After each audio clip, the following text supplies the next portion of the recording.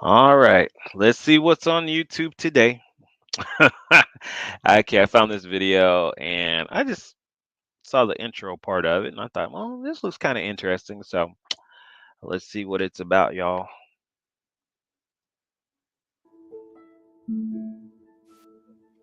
Is physical system that contains and processes information in a systematic fashion. Oop, I missed it. I don't want to go backwards. How does the world around us work, and what is real? These questions are not only central to scientific and philosophical discourse but have been circulating since the dawn of human consciousness. Is there a physical reality that is independent of us? Does objective reality exist at all? Or is the structure of everything, including space and time, created by the perceptions of those observing it? When we think about reality, we often assume that what we see, hear, and This is going to be real deep, y'all. I can tell already. The intro was "Don't watch this." I'm like, what? I'm gonna watch it. experience is an accurate reflection of the world around us. However, two different fields of study, neuroscience and philosophy, offer different perspectives on the nature of reality and how we perceive it. Neuroscience tells us that our brain creates our reality. It takes in input from our senses and creates a model of the world we experience. This model is what we call reality. Our brains use this model to make predictions about what will happen next, based on past experiences and sensory input. So everybody had But how like accurate is this model of reality? a different perception. Is it possible that our brains are creating a distorted version of the world around us? Research suggests that our perceptions are not always reliable and that our brains can be easily tricked. Optical illusions, for example, demonstrate how our brains can be deceived by simple visual stimuli. I'll show you later in the video. On the other hand, philosophy tells us that reality is something that exists independent of our minds. Yeah. It exists outside our brains and can be known through reason and observation. According to this view, the reality is objective and exists whether or not we are there to perceive it. So if a tree falls down in the forest and you're not there, it still falls down. However, this raises the question of how we can know anything about reality. If we rely on our senses to perceive the world, and our senses are fallible, how can we be sure that what we perceive is accurate? This is a central problem in philosophy known as the problem of knowledge. One possible resolution to this problem is to rely on reason and logic to understand reality. We rely on collective reality. When we are unsure of our own perceptions, we ask other people. Do you see that? Do you see that big spider in the corner? The problem is, if it's the monkey see, monkey do syndrome, that even if you don't see a spider in the corner, some people will make themselves believe they see a spider in the corner. So it's how one person's false perception can influence other people to go along with the pack, even if they don't agree. So, yeah. Reason and observation, we can arrive at conclusions about the nature of reality that are not dependent on our subjective perceptions. But even this approach is not foolproof. Our reasoning abilities can be flawed, and our observations can be influenced by our preconceptions and biases. So where does this leave us in our understanding of reality? It seems that neither neuroscience nor philosophy offers a complete picture of how we perceive the world around us. This is deep. The truth may lie somewhere in between a combination. Hold on, guys. I need to get some more wine for this one. Okay. All right. I'm back. Ugh. All right. Did you get some more wine too? Good. All right. Where is okay, play. Oh, I gotta press play over here. Sorry. Combination of our sensory input, cognitive processes, and reasoning abilities. This business about the distinction between things in themselves and things as they appear has troubled philosophers for years, but what does it have to do with modern physics, specifically the story of quantum theory? In fact, such questions have dogged the theory almost from the moment of its inception in the 1920s. Ever since it was discovered that atomic and subatomic particles exhibit both localized, particle-like properties, and delocalized wave-like properties, physicists have become raveled in a debate about what we can and can't know about the true nature of physical reality. Parmenides, one of the greatest of the pre-Socratic thinkers, talked about the nature of reality, in which he argues that the world we see is an illusion. The real Okay. nature of the world is unavailable to our senses but accessible to us through reason. Like we're in the Matrix. Furthermore, this real world is unchanging, unified, and timeless. Parmenides' arguments began with the idea that we cannot have a rational concept of nothingness. Since nothingness can't exist, he held there was no empty space. Without empty space to move into, he maintained motion was And I believe that too. I think that there is no such thing as nothing. If you destroy everything, there will still be a primary source, which I would say like the God source. But even that God source has like three primary things in itself where we get this Holy Trinity.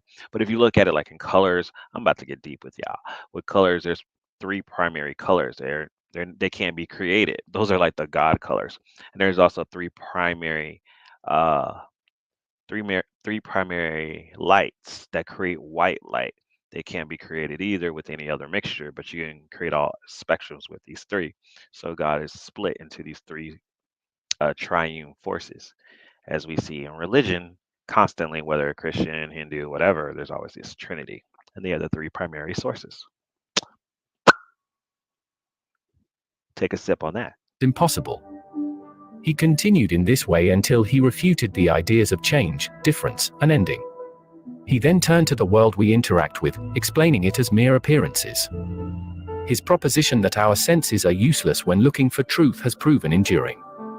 That the physical reality is not real. But what does that mean for us? What does Keep that watching mean? to find out. Okay, I'll watch. We're getting a commercial. What's going on? Commercial. What? Infinitesimal? Infestimal? How do y'all say that? What is the basic building block? Quantum mechanics was born out of the intense quest for a description of the infinitesimal, to find smaller and smaller measurements of physical reality. It was Niels Bohr who eventually perfected the theory, when he described the atom as consisting of a positively charged atomic Niels Bohr. What a bore. nucleus with negatively charged electrons orbiting around it, like a mini solar system.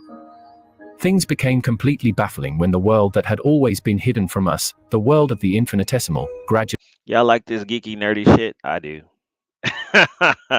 This stuff, like I could watch this all day. began to reveal itself.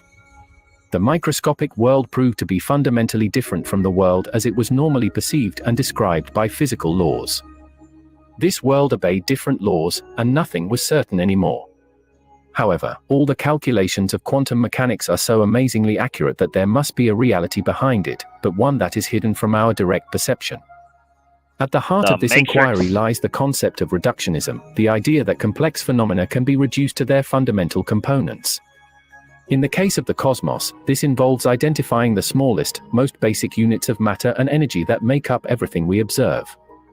In chemistry, we learned the smallest amount of water is a water molecule, and any container of water consists of a staggering number of identical water molecules.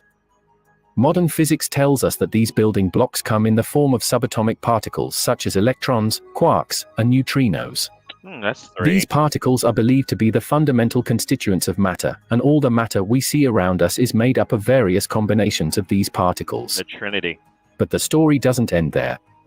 The fundamental building blocks of the cosmos go beyond just particles, extending to the very fabric of space and time itself. According to Einstein's theory of general relativity, space and time are not separate entities but rather intertwined, forming a unified four-dimensional fabric known as space-time. In this framework, the universe is not just made up of particles moving through space but rather a dynamic interplay between matter and the curvature of space-time itself. This leads to phenomena such as gravity, which is the result of the warping of space-time by massive objects. But over the years, scientists have come up with different thoughts about what is the actual building block of the cosmos. The most popular one that gained attraction is information. Where reality is made of information. The analytical. At first glance, this may seem like an abstract concept, but recent advancements in the field of information theory have shown that information is a fundamental part of the universe. See, now it's breaking down. Watch, it's going to be like, because information is the analytical, that is the masculine energy. The opposite would be the feminine. So What is that? What is that? Emotional? How we emotionally feel about stuff? How does that create reality? Yep. Information can be defined as a measure of the uncertainty in a system. In other words, it tells us how much we don't know about a particular system. This can include everything from the position and momentum of particles to the properties of black holes. In the framework of quantum mechanics, information plays a central role. The famous observer effect tells us that the act of measuring a quantum system can fundamentally alter its state. This implies that the act of measurement, or the acquisition of information, is an integral part of the quantum world. Moreover, recent theories such as the holographic principle suggest that information may be the very fabric of space-time itself. This idea posits that the information in a three-dimensional space can be encoded onto a two-dimensional surface, much like a hologram. This implies that the universe may be fundamentally holographic, with information serving as the basic building blocks of reality. I think they're going to be trying to create a new one. It's because information occurs at the macro level and also occurs at the subatomic level. Some scientists now argue that information is the only candidate for such a building block that can explain its own existence, as information generates additional information that needs to be compressed, thus generating more information in the process. Space-time and matter are all the same, they exist one by one out of the same building blocks. Information is located not only on the surface bounding a specific space, but within the space itself as well. There you go, you got that trinity against space, time, and matter. Okay, I'm telling you, there's a primary trinity that controls everything. But you got to figure out which ones are like masculine, feminine, I think it's and the child. Giving rise to the fact that entangled quantum information is not only responsible for the emerging of space-time, but also leads directly to the arising of ordinary matter, and dark energy. Moreover, recent advancements in quantum computing have shown that information can be encoded in the state of individual particles, which can then be manipulated to perform complex calculations. This suggests that the universe is a kind of quantum computer, with each particle acting as a bit of information that can be processed to generate new information. Oh boy. But we'll talk about that later in the video. It's getting deep. Ooh, commercial time. Broken brain. Oh, here they go with that thing again. Fix your eyes on the black dot on the left side of this image. While looking at the black dot, try to monitor the object moving on the right side of the image too. Try to answer this question. In what direction is the object on the right moving? Up and down. Is it drifting diagonally, or is it moving up and down? Up and down. Remember, focus on the black dot on the left. I'm focused on the black dot. It appears as though the object on the right is moving diagonally, up to the right and then back down to the left. Actually, it's not. It's moving up and down in a straight vertical line. I said up and down. Trace it with your finger to verify. This is a visual illusion. The alternating black-white patch inside the object suggests diagonal motion and confuses our senses. Like all misperceptions, it teaches us that our experience of reality... I mean, I saw up and down. What did y'all see? Maybe I can see outside of the illusion. Maybe I can see the matrix. ...is not perfect. But this particular illusion has recently reinforced scientists' understanding of the nature of our consciousness. It's really important to understand we're not seeing reality, we're seeing a story that's being created for us. Most of the time, the story our brains generate matches the real physical world, but not always. Our brains also unconsciously bend our perception of reality to meet our desires or expectations. Well, I expect $1 million. Using our past experiences. If the universe produced brains, why can't the universe itself be a giant superbrain? Everything that we call real is composed of measurements so tiny that it would be difficult to call them real in themselves. Our senses are merely biochemical measuring instruments that turn imperceivable matter into perceptible things that we can know and understand. Everything starts with an idea. They don't reveal reality to us, so much as help us to survive. The real information emitted from the universe is interpreted in the brain, rather than directly perceived. The brain holds a mask in front of reality, a mask that we can understand. Meanwhile, the real world of information lies concealed. One of the more unsettling discoveries in the past is that the universe is not locally real. In this context, real means that objects have definite properties independent of observation. Like an apple can be read even when no one is looking. Local means that objects can be influenced only by their surroundings and that any influence cannot travel faster than the speed of light. Investigations at the frontiers of quantum physics have found that these things cannot both be true. Instead, the evidence shows that objects are not influenced solely by their surroundings, and they may also lack definite properties prior to measurement. Three theoretical physicists, John Clauser, Anton Zeilinger, and Alain Aspect, were jointly awarded the 2022 Nobel Prize in Physics for a 1972 experiment, and many subsequent experiments, showing that the local realism view of the universe is likely to be false. Their work made clear what quantum mechanics really means.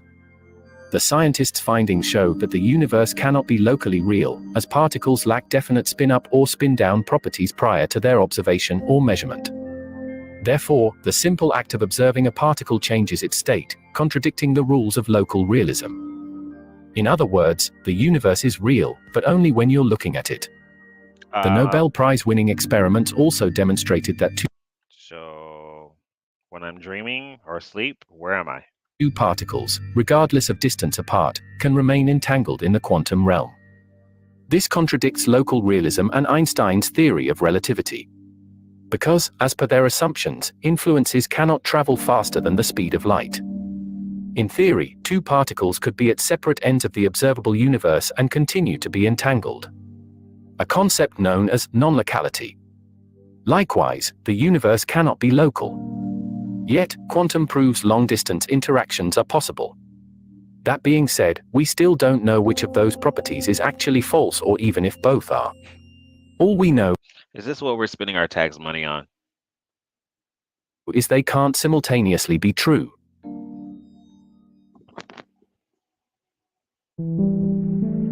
Consciousness. I know this is going to be good. Our consciousness filters and interprets sensory information based on our past experiences, biases, and beliefs.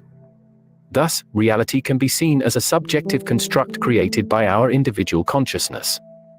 The origin of the modern concept of consciousness is often attributed to Locke's essay concerning human understanding, published in 1690. Locke defined consciousness as the perception of what passes in a man's own mind. Locke's definition of consciousness implies that it is a kind of internal observer that allows us to perceive and reflect on our own thoughts, feelings, and experiences.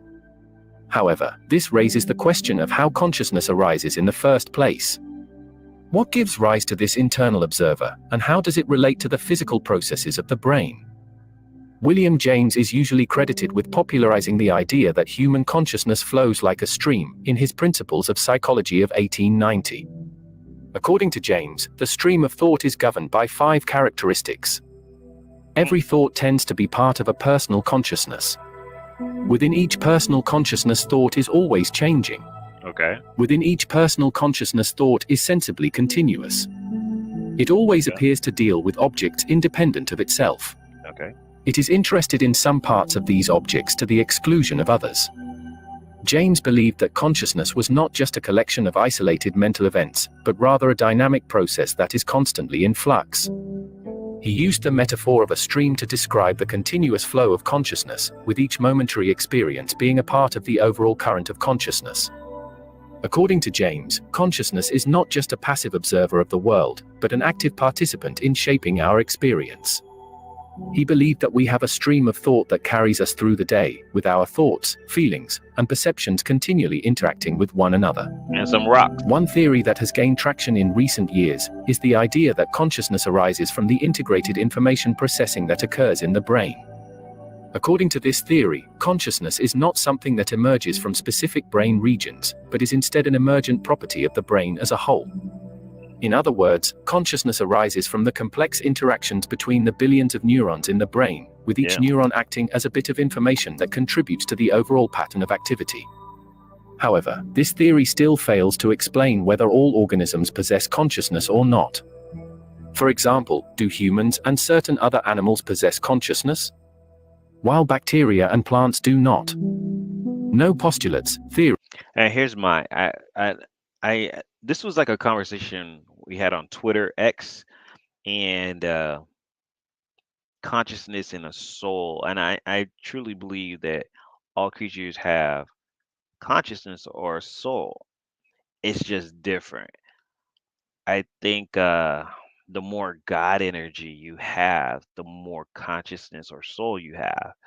And then you have some beings that have a beehive of consciousness or a beehive soul. So plants don't have an individual soul. Plants, trees, all those things like that, they have a collective soul or a collective consciousness that they communicate with each other. Okay, they through roots and seeds and whatever. But even though they're more planted, idea of the plant, they still spread their seed to each other. Okay, so they have a collective consciousness, as do insects, bees, stuff like that. Little crawling things like that. And to extent, some birds, fish, birds, all have a collective consciousness. They all kind of work together. The bigger they get, the more solo they get, where you'll see them less in packs, more solo kind of thing. So that's why I'm thinking like humans, we do have a pack mentality, but not as much. Usually, kind of our pack mentality is our family, our immediate family, but it's very small. So that's what I'm saying with consciousness and soul. Everything has consciousness and soul because that's a part of the God energy. So, anywho, back to the video. All laws can account for the emergence of consciousness, leaving us with a perplexing mystery that defies our basic understanding of the natural world. Natural laws, which govern the behavior of particles and the movement of energy, do not seem to call for the existence of consciousness, and it certainly does not seem to offer us any evolutionary advantages. But why does consciousness exist? There can only be two possible explanations. The first is that there are forces at work that we haven't theorized about yet, that select the emergence of this enigmatic experience. Perhaps there are evolutionary pressures that favor the development of consciousness, or perhaps there are other, as yet unknown factors at play. I'll keep it simple. If something is trying to stay alive, it has consciousness. Like a plant, if I put it in a dark and then I put a little bit of sunlight, it's going to try to bend toward that sunlight. That's a level of consciousness. It may be a low level consciousness. Very simple. Sorry, I don't mean to talk about my plants like that. My plants right here. You're good. But it's still a consciousness. That's why you can talk to it. All right. The second explanation is that consciousness is a product that we create, a function we serve as human beings.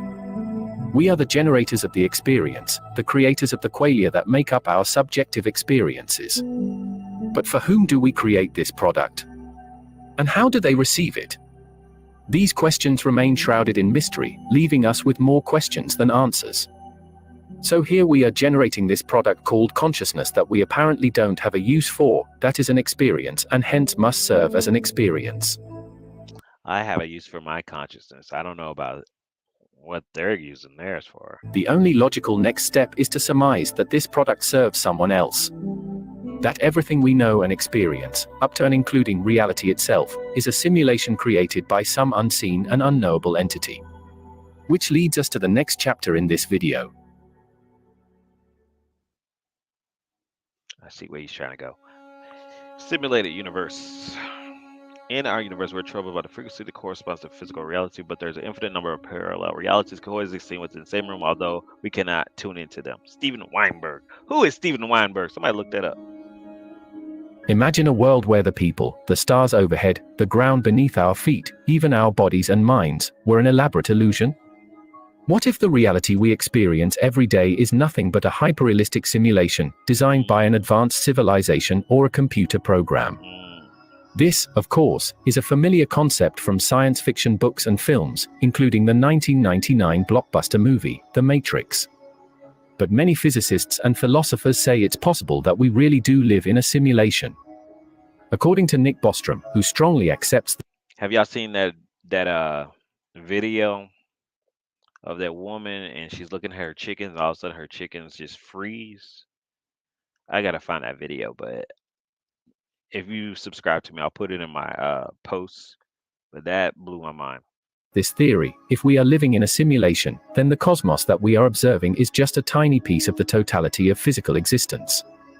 Bostrom's seminal paper titled, "Are You Living in a Computer Simulation?" explains that future generations might have megacomputers that can run numerous and detailed simulations of their forebears. That the vast majority of minds like ours do not belong to the original race, but rather to people simulated by the advanced descendants of an original race. Maybe we are all characters in somebody else's video game. It is then possible to argue that, if this were the case, we would be rational to think that we are likely among the simulated minds rather than among the original biological ones. Since then, the idea has gained traction in popular culture and the scientific community. Elon Musk, the founder of SpaceX and Tesla, famously stated that the probability of us living in a base reality is 1 in billions. Whoa. Physicist Neil deGrasse Tyson has also commented on the possibility, stating that the chance of our universe being a simulation is better than 50-50. I always see these personalities are like the preachers of the science religion. These are like the mega preachers of the science religion. But the biggest question still remains. If we live in a computer simulation, who is the original programmer? They may just be a teenager, according to Chalmers. Well, he needs hacking to get on a his computer act and together. running 5 universes in the background. But it might be someone who is nonetheless omniscient, all-knowing, and all-powerful about our world. Simulation theory builds on the argument philosophers have been having for centuries, which is that we can never know Who if is what the we're seeing programmer? is real. However, others argue that the simulation argument is flawed. They point out that there is no empirical evidence to support the idea that we are living in a simulation. Furthermore, they argue that even if we were living in a simulation, it would be impossible to prove, since the rules of the simulation. All right, so let's go back to that Trinity theory that I have. You have the programmer, the designer, and then the player. That's the Trinity. Programmer is the one that does all the analytic stuff. The designer is the one who says, okay, I want this to look like this, this, this, this. The programmer programs it and makes it a reality. That's the analytical. The designer is the feminine. The player is that third quality. It is us. It is the one who's playing the game, but it's not us at the same time. Would be all we know. But the question remains, do we live in a simulation? And if we do, what are the implications? If our reality is nothing more than a computer program, then what is the nature of our existence? Are we simply digital constructs, with no true free will or agency? Or are we something more? Can we ever know and perceive the real emitted information of the world, and not merely the illusory perceptions that the brain creates, in order for us to have an awareness of our environment? As Carl Sagan put it, we are a way for the universe to know itself. From the very first moment humans had language, enabling them to think and imagine things, we were speculating on reality and our origin. See, I truly believe that reality is God trying to figure out itself, trying to figure out who it is. And it's doing that through everybody, through every single person. Gradually we became more successful at it. The ultimate goal of the game is finally discovering our origin and giving it all meaning, including the universe and its emitted information. Ooh, that's kind of scary. In the end, the question of whether we live in a simulation or not is one that is both captivating and mysterious. It challenges our understanding of the world and ourselves, and forces us to confront the limitations of our own knowledge and perception. While the simulation argument is a fascinating concept to ponder, it is important to remember that we must approach it with a healthy dose of skepticism and humility. As we continue to push the boundaries of technology and explore the frontiers of science, we may one day be able to answer the question definitively. But until then, we must remain open to the possibilities of the unknown, and continue to seek out new insights and perspectives on the world around us. In the meantime, we should focus on embracing the reality that we can measure and observe, and resist the temptation to impose our own biases and preconceptions onto the world. Only by doing so can we hope to gain a deeper understanding of the universe and our place within it. So let us keep asking questions, keep exploring the mysteries of the world, and keep striving to uncover the truth, no matter where it may lead us.